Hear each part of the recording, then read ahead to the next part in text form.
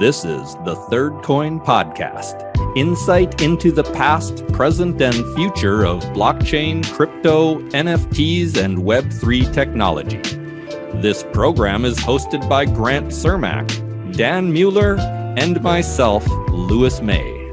You might say this is a series of discussions, interviews, questions, answers, opinions, and maybe some conversation about what is the third coin. Hey, welcome to the show today. This is going to be a pretty cool episode. Grant's prepared a lot of little excerpts that are taken from the experts who have developed Chia and the people that are talking about it. And the reason we did this is because Grant knows a lot of stuff about this that we don't know yet. And that's what today's episode is about, is kind of shedding some light on some of the very important, basic, fundamental topics of why Chia. Right, Grant? Right. So I want to preface this, please. I'm not sitting on some dragon's hoard of internal knowledge, right? So I at least want to be clear about this, that a lot of this stuff has been said publicly by the Chia team. And I think it'll be interesting because we're going to go through some clips. We're going to listen to the top people at Chia talk about what Chia is doing, right? They're all in AMAs and Twitter spaces and all this stuff. So it's not super accessible unless you've been in every one of these meetings. So if you didn't sit in on every single meeting, listen to every word, really understand what they're talking about, because they'll say a word. And if you don't know what that word means, it's like if I said gobbledygook and you're like, oh, that doesn't mean anything to me. I don't know what that Datalayer. Datalayer, gobbledygook, Datalayer. Yeah. And there's lots of that going on. People think it means other things. They've been consistently on message the whole time. And I've missed some of these meetings, but I like to go to the AMAs. I've picked up on a lot of this stuff too. And Grant's right. There's a lot of people who have misconceptions about where they're heading. I mean, isn't that that's the human element? We all want to go where we think it's supposed to go instead of just listening and learning of actually what they're saying, where it's going. There's a lot of projection that happens. There's internal desires that every one of us has, or that, people that are looking at Chia from the outside in and saying, well, I hope that it's this, or I want it to be this.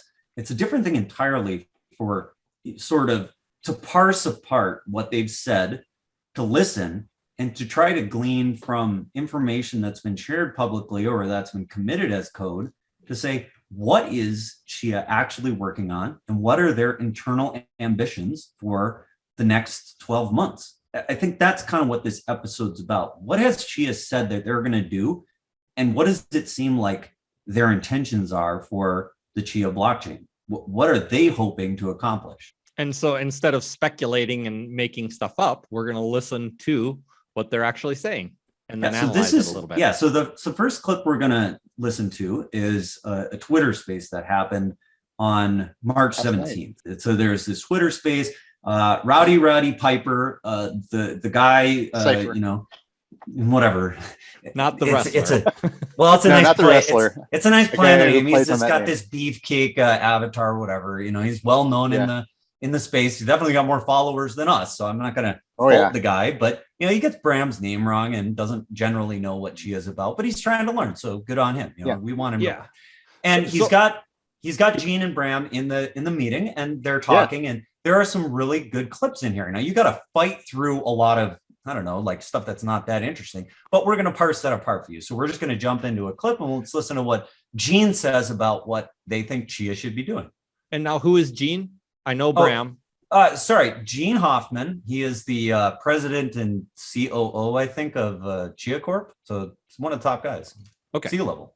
And was he right there in the very beginning with the development of the code along with Bram? So Bram is the mathematician. He's the inventor. He's the genius, Mr. Turing. I mean, he's like one of the premier developers and mathematicians that are live on this planet right now. He's like one of the OG cypherpunks. I mean, but Gene ran in that circle too, and I don't want to diminish his capabilities. And Gene's the businessman. Every genius needs a businessman. No, he's more than that. And I don't want to diminish what he's been accomplishing and what he's doing. Let's get to the clip. Okay, here we go. So let me share, and this will give everybody a picture of kind of where we're at, so they can see how to get to this sort of stuff too. There's this other thing though that there's a bunch of stuff we're doing that it still is just kind of like Bram and I look at each other and are like, why has no one else done this? And it comes into things like custody, like rate limited wallets and clawbacks, and these just kind of basic core things that would make cryptocurrency so much easier to use and should have been built, but no one has. And so just a little preface for all of our listeners here. We just listened to that. And for me, it was kind of like my first question was from my point of view as a non-understander of much that's going on here, I was like, to me, it seems like they did this on purpose, like to keep the secret to themselves. Like Bitcoin didn't do this on purpose so that I didn't get involved. And that's not the case. Yeah, I wouldn't say that that's the case. I mean, Bitcoin was in active development for a good chunk of time. They were working on stuff. They were adding features. The Bitcoin core team was cranking out features and doing stuff. And what was the time period of that? Bitcoin launched in 2009. Would you say they were working, this core time period was? I really don't know the exact dates of when it was happening, but definitely a lot of core features were added to Bitcoin during certain periods of time. But there was a point where Bitcoin development kind of seemed to stop. And some people might take issue with that, right? They'd be like, we're still developing Bitcoin. There's still core development happening, but there's a lot of stuff that really hasn't been happening, right? There's not smart contracts on Bitcoin in any meaningful way yet. I think they just integrated something that can make it start being functional soon. Taproot and Graftroot are kind of coming, but it's been slow. It's been way slower than something like Chia. Chia is ripping out features like every other month. There's a brand new thing that's happening. There's a lot of development that's occurring. And it's partially because Chia structured themselves to make sure that they could keep this chain developing and that they were going to do something, right? Bitcoin has this core thing, right? There's these core developers that work on it, but there's no company that backs it. There's no IPO. So some of the things that Chia did to change how the blockchain technology would work and how it would develop over time is they formed a company. And they talk about this. They say, hey, we're going to have this corporation and it's going to be an IPO and it's going to have alignment with making sure that this blockchain continues to evolve into something that's super useful and that can be used for international banking and for banking in general. And that's what this clip was about, right? If you listen to what Gene is saying here, so he talks about several things. He talks about rate limited wallets, custody, and he talks about clawback. And all of those words that might not mean anything to you. What is a rate limited wallet? I don't know what that is. Exactly. So that's why we said at the beginning, it's gobbledygook, right? Somebody says rate limited wallet. It's like, what does that mean?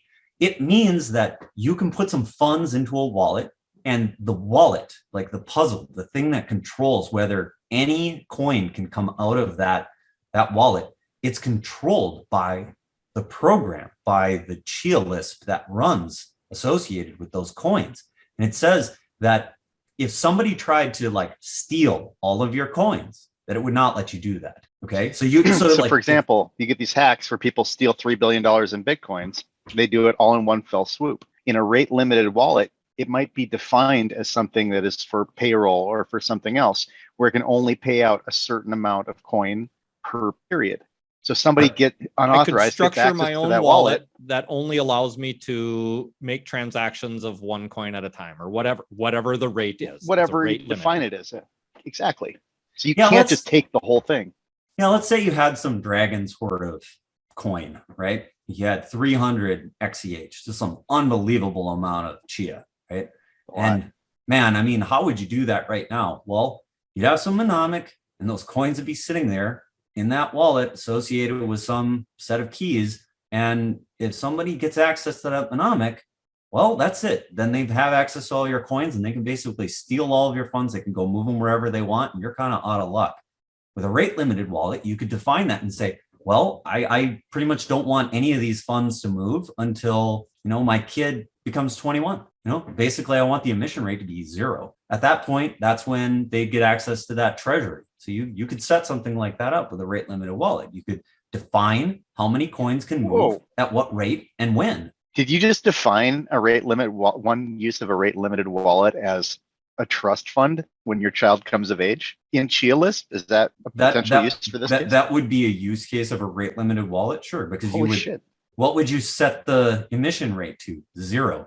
You Zero. change until block height, blah. You just kind of say, it's roughly this. It should be who that needs many. a lawyer? Who needs a bank? So it's a real world way to protect our money now. Yeah, but I mean, that's what he's saying. Like, there's no custody solutions on Bitcoin. Like, how would you do that with Bitcoin right now? Bitcoin maxis, like, I challenge you, give me a custody solution in Bitcoin that doesn't involve a third-party counterparty. I don't want to give it to Coinbase or anybody else. I want to self-custody my funds, but I want to define that they can't move.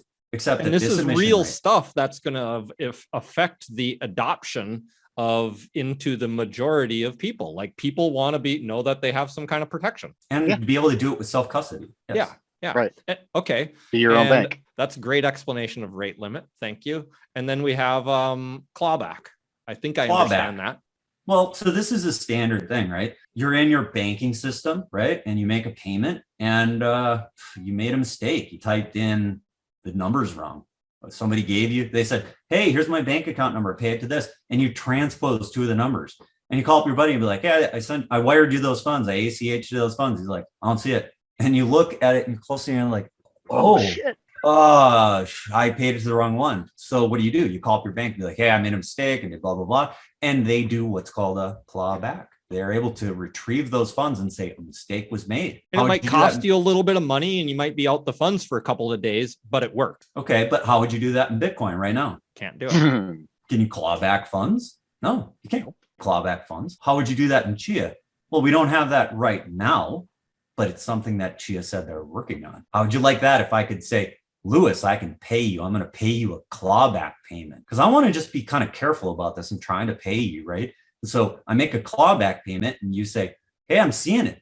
I'm seeing the clawback payment. And you're like, okay, cool. Then just wait for 10 minutes and it'll be fine. But if you say, I don't see the clawback payment, man, and we look at the block and we're like, it's confirmed. And then I go, oh man, I made a mistake. What would you do? Hit the clawback button. This is not fanciful stuff. Like, I'm not describing like something that I would like Chia to do. This is something they said they're going to do. It's not like your opinion, man. It's like on their freaking roadmap. Right. It's like, this is what they're working on because they said it publicly that this is what we're building. Because why doesn't this exist? When Gene and Bram look at each other and they say, why doesn't this exist? And then they start working on it. And then you look at the Chia source code and there's a branch called Rate Limited. And there's a branch that has a bunch of stuff that talks about custody of the pre-farm. Okay, so before we get into that, let's kind of go. Custody. Custody is custody. Because there were 3 words, right? It was clawback, rate limited, and custody. Custody is defining rules about how funds can move around to be spent, right? So Chia has said, hey, we're not going to move the pre-farm. Well, okay, I trust you, man, I guess. Like, it's sitting there in a mnemonic, in a wallet, it's sitting there at some address. Gosh, I know that like it could be spent. I guess I'll trust you, dude. But what if I'm not the trusting sort? Yeah. Like, what would you do then? Well, you could in Chia List define a custody arrangement. You could say, here's how these funds should work, and here's how they can pay out. And here's the sort of conditions that need to be met for this payout to happen. And they built something that's kind of interesting that is associated with this. This is already in place? It's being worked on. There's a branch where, custody and rate limited, they're defined. It's like there's a test for it. They actually have a test written that says, here's the custody of the pre-farm, and here's the test of the custody of the pre-farm. And it has a bunch of conditions in it. And it says, like, try to spend coin. And it doesn't work because you can't spend the coin when you don't meet the custody requirements, right? So then you might ask yourself, like, why did they build Datalayer? What is the point of this? Why would you use it? Could it be for storing blobs of cat pictures or marmots? Or I'm going to catch hell for that. because they do in their white paper talk about storing blob data in a database. And it's like, oh, so then you can take this in a certain direction and you can start asking questions like, well, they said you can store blob data, so doesn't it mean you can store blob data? Kind of, it means you can reference blob data. Like if you had a database and you had a field in the database and it had blob, then certainly that blob data could be replicated by what Datalayer is currently doing. But if you look at what they're talking about using Datalayer for, it's saying it's for custody arrangements. It's like an oracle, right? we're going to bring some information on chain and we're going to make it a condition that says, if this condition is met, if I've uploaded this document, if I've signed this document and it's been accepted, I created the Merkle hash of whatever, because documents were uploaded. And now on chain, I can prove that this situation has occurred, unlock the funds. So that's where you're going with this pre-farm, right? That's where we're going to go with another. That's where we're going to go with another clip. Okay. Where we were talking about data layer and what it's used for. Now that we've defined all the stuff that Gene and Bram Gene said in like 30 seconds, should we listen to it? Play the clip and let's see what it says. But fundamentally, what we're building here is an ability to federate databases between parties that kind of only lightly trust each other or don't trust each other. And the data that goes on chain is fundamentally kind of a singleton that coordinates the, global database, if you will. And what gets published to chain is actually updates. So, think about the Merkle root of a SQL update that would then be pulled between the databases and confirmed that it's the right thing by checking the hash. And that keeps all the various federated databases in sync without putting all of the PDFs and shape files and user information and whatever the heck you're putting in that other database on chain. So that's the data layer that ties into the data layer topic we were talking about. He's not talking about store environments. But he talks, I think maybe it's the 4554 of the Twitter space. Let's go back to that. Sure. Yeah. So data layer is a general purpose method for people to post information about things on a blockchain in a way that other people can audit. It really is an extremely general purpose thing. So we're doing a lot of like climate reporting stuff now, but almost anything that people want to be publicly auditable, it's really useful for, and comes with this extra feature that people can actually tie payments to it. So data layer sounds very interesting. Well, okay, but it's tied to their goal of conquering the financial world, right? I mean, think about it. Like we were talking about this, right? You're talking about some sort of custody solution, right? So we're talking about custodying funds right here. Bram is talking about somebody buying a car. So I want to buy a car, right? So I'm going to put the funds out somewhere so that if you transfer the title, then you get the money. We're talking about what Bram said himself about what data layer is for. It's to do these financial payments that have custody arrangements and clawbacks. That's what they want to do. It's what they're talking about. And they're getting like double duty out of this, right? So they were already thinking about like ways to solve this problem. And the climate warehouse thing, I think, I'm speculating, I don't really know. Like nobody told me this directly, but I think they kind of ran across this climate warehouse thing, or they were talking to the climate warehouse folks. And while they were talking to them, they said, the problem you're actually trying to solve is this problem that we were kind of already working on. So you should just use this because this will do exactly what you need. And it was done. So it's like, that's why they're talking about like big customers and whatever. They had this project in mind. They had this tech in mind because they're thinking about real world problems they're trying to solve, real world financial product problems. And so I think this is a good time to actually look at the Paul Hainsworth clip, the one that where they're talking about the Chia Roadmap, because it's another data point for what are they planning on doing. So yeah, so this is the September 16th AMA. There was a crew that got together. So we got Paul Hainsworth, Gene Hoffman, Jay Eckert, and Bram. They're all sitting here, right? These are all top guys at Chia. And they throw up the 2021-2022 roadmap. So again, we're just kind of chucking through stuff that they've publicly made available. This was a live AMA where people got to ask questions and they put this roadmap up, right? So look at what they say they're going to do in the second half of 2021. CATs, wallet features, distributed identity, coin custody. And then they talk about some other stuff that they're going to do. DIDs, coin custody v2, non-custodial exchanges. It's like nowhere in any of this are they talking about NFTs at all. The project that they're talking about here, right? Atari. So at this point, we hadn't learned what Atari was. Now, Gene talks about Atari and he says it's climate related. And they never say data layer, but they describe what it is. And they describe some mechanisms for like what it might be used for.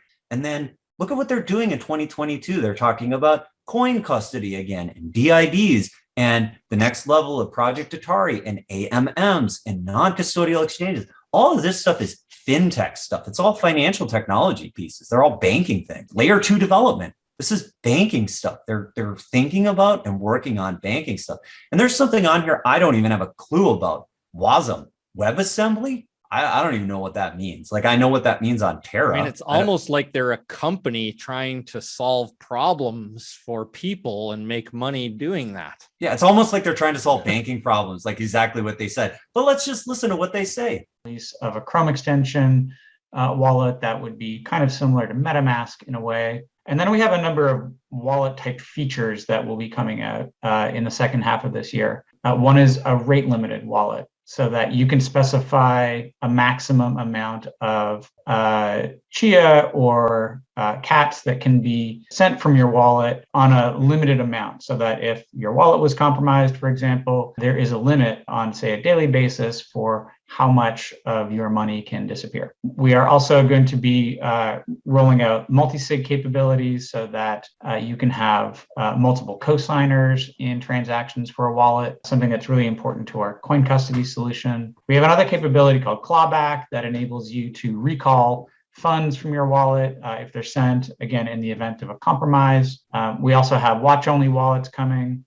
And that's enough there. So let's just drive the point home here, Grant, because I think we've talked about a perfect amount, and take it away. So what we've reviewed in this discussion is what Chia has said about themselves, what they're planning on building, financial technology products that they feel are missing from the crypto world that are making crypto extremely hard for the average human to use. What they consider to be obvious and easy features that are involved with custody solutions, rate limited wallets, and clawback, because these are the kind of primary, like, fundamental technologies you need if you want to have blockchains operate in a human speed, sort of reasonable banking way. I mean, if banks didn't do those things, people wouldn't use banks. Well, they exist for a reason, because humans make mistakes, right? And because we have conditions on when we want to pay things out. And if you don't have the primitive ways to do this stuff, then it makes the system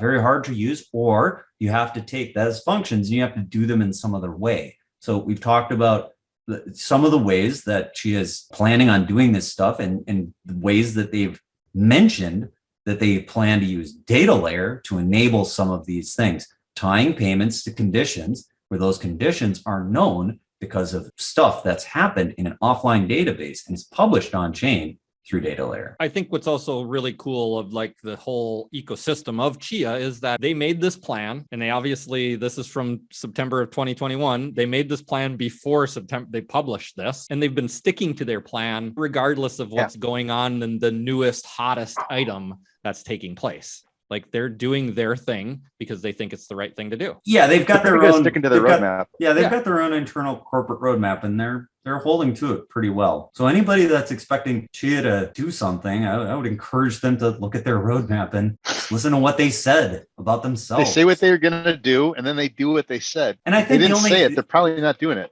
Yeah, and the only takeaway I would say is, they put some dates up there, and then they kind of walked that back. They stopped putting dates on things, and now they just very pithily say soon, because they're getting kind of lambasted for not delivering stuff in a particular time, and that's just software, man. Software is hard to get out on time, and anybody that says they're going to deliver software on time usually doesn't know what they're talking about. Fair enough. Well, hey, that was a great episode. I learned a ton, Grant, so I really appreciate it. See you next time. Thanks a lot, Grant. Thanks, Lewis.